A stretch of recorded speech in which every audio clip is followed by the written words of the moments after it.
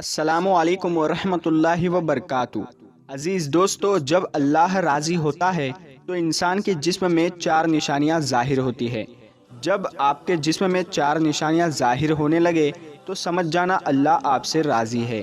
مختلف مطالعوں کے نچوڑ سے علماء کرام نے اللہ کے راضی ہونے کی جو نشانیاں بتلائی ہے وہ کچھ اس طرح ہے، جن میں ایک سب سے بڑی نشانی کو اللہ پاک نے خود بیان کیا ہے۔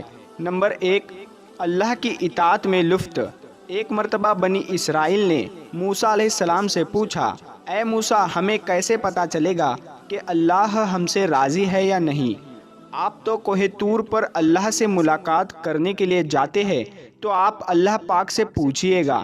چنانچہ جب موسیٰ علیہ السلام کوہ طور پر گئے تو اللہ سے پوچھا کہ اے اللہ، میرے قوم مجھ سے پوچھتی ہے کہ کیسے پتہ چلے کہ اللہ ہم سے راضی ہے یا نہیں؟ تو اللہ پاک نے کیا خوب فرمایا کہ جب تم یہ چاہو کہ میں اپنے بندوں کو اپنی اطاعت اور بندگی کے لیے ہم آمادہ کر رہا ہوں اور اسے گناہوں سے دور رکھ رہا ہوں، تو یہی میری اس سے خوش اور راضی ہونے کی نشانی ہے۔ کتنا بڑا آسان طریقہ ہے یہ معلوم کرنے کا کہ اللہ ہم سے راضی ہے یا نہیں۔ اسی طرح نمبر 2 ہے کہ بندے کا قضا اور قدر الہی پر راضی رہنا۔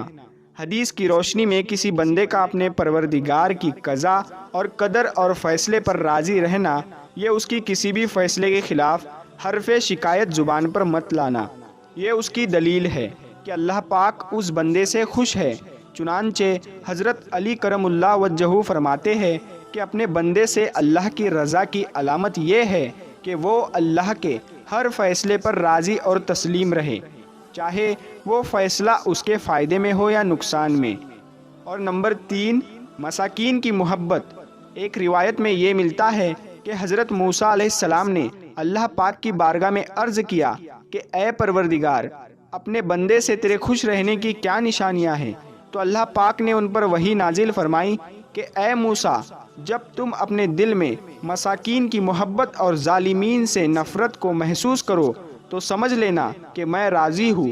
اور نمبر 4، پریشانی اور بیماری کی صورت میں اگر اللہ پاک کی طرف سے کوئی آزمائش یا انعام ہو تو اسے کوئی کیسے پہچانے گا؟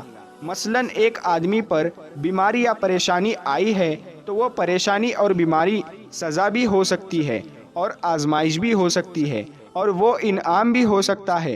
اگر بیماری یا پریشانی میں اس کو تکلیف ہو رہی ہے اور اس حالت میں اللہ پاک سے شکایت کر رہا ہے تو یہ بیماری اور پریشانی ایک سزا کے طور پر مانی جائے گی۔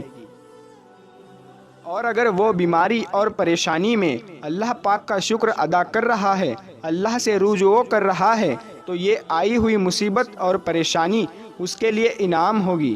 تو دوستو، یہ اللہ کے راضی ہونے کی 4 نشانیاں ہیں۔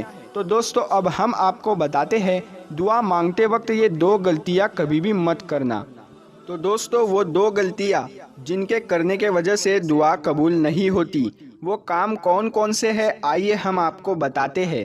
دوستو، دعا کے بارے میں آتا ہے کہ دعا کرنا بھی ایک عبادت ہے، دعا کے بغیر عبادت کا مزہ ہی نہیں ہوتا۔ دوستو، جو بندہ دعا نہیں کرتا اس کے دل کو سکون نہیں ملتا۔ دعا کے اندر اللہ پاک نے سکون رکھا ہے۔ لوگ دعائیں تو بہت مانگتے ہیں لیکن دعا کے اندر غلطیاں بھی کرتے ہیں، جن کی وجہ سے ہماری دعائیں قبول نہیں ہوتی۔ پھر ہم اللہ پاک سے شکایت کرتے ہیں، لوگوں سے شکایت کرتے ہیں کہ ہماری دعائیں قبول کیوں نہیں ہوتی۔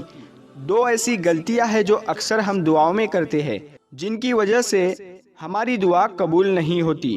دعا کے اندر ہماری پہلی غلطی یہ ہوتی ہے کہ ہم دعا تو مانگتے ہیں لیکن ہم اپنے گناہ معاف نہیں کراتے۔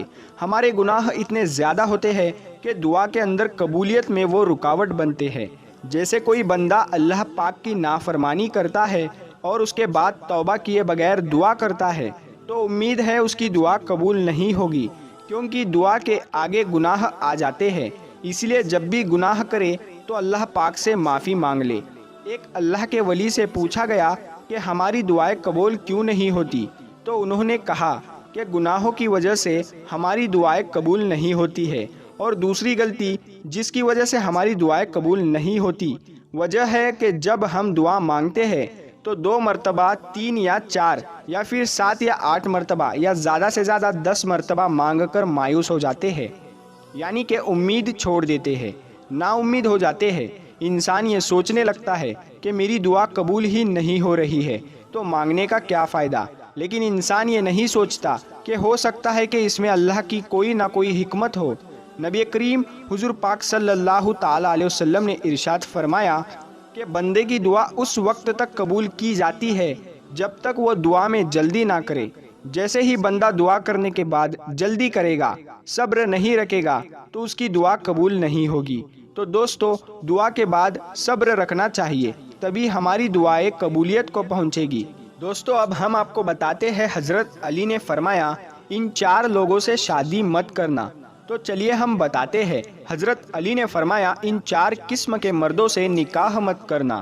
تمام عورتوں کے لیے یہ نصیحت ہے۔ حضرت علی نے فرمایا کہ جب بھی رشتہ کرنے لگو تو ان 4 مردوں سے بچ کر رکھو۔ یہ 4 نشانی جن مردوں میں پائی جائے تو وہ بے وفا ہوتے ہیں اور عورتوں کو تکلیف دیتے ہیں۔ نمبر 1، وہ آدمی جو شرابی ہو، یعنی شراب کا عادی ہو، ایسے مرد سے شادی نہیں کرنا۔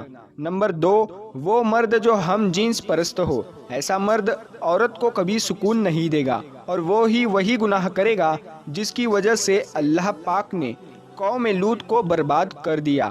نمبر 3، وہ آدمی جس کا سود کھانے کا ویاپار ہو، کیونکہ اس کی آمدنی میں برکت نہیں ہوگی، اور اگر آمدنی میں برکت نہ ہو تو گھر میں سکون نہیں ہوتا۔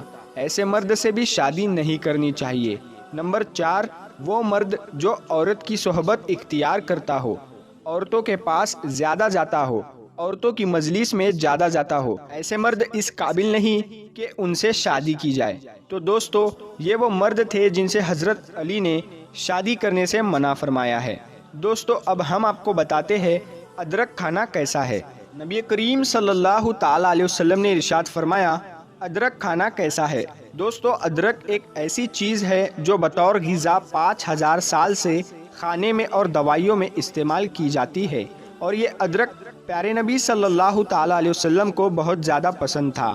جیسا کہ حضرت ابو سعید خدری رضی اللہ تعالیٰ عنہ کی روایت ہے کہ ایک مرتبہ روم کے شہنشاہ نے نبی کریم صلی اللہ تعالیٰ علیہ وسلم کی خدمت میں ادرک کا ایک بڑا ٹکڑا بطور غذا تحفے میں پیش کیا۔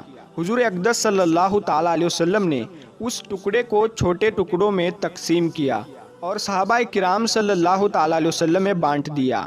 یہ سوغات مجھے بھی ملی۔ ابو سعید رضی اللہ تعالیٰ عنہ کہتے ہیں کہ نبی کریم صلی اللہ تعالیٰ علیہ وسلم نے مجھے بھی ادرک کا ایک ٹکڑا دیا، جسے میں نے فوراً کھا لیا۔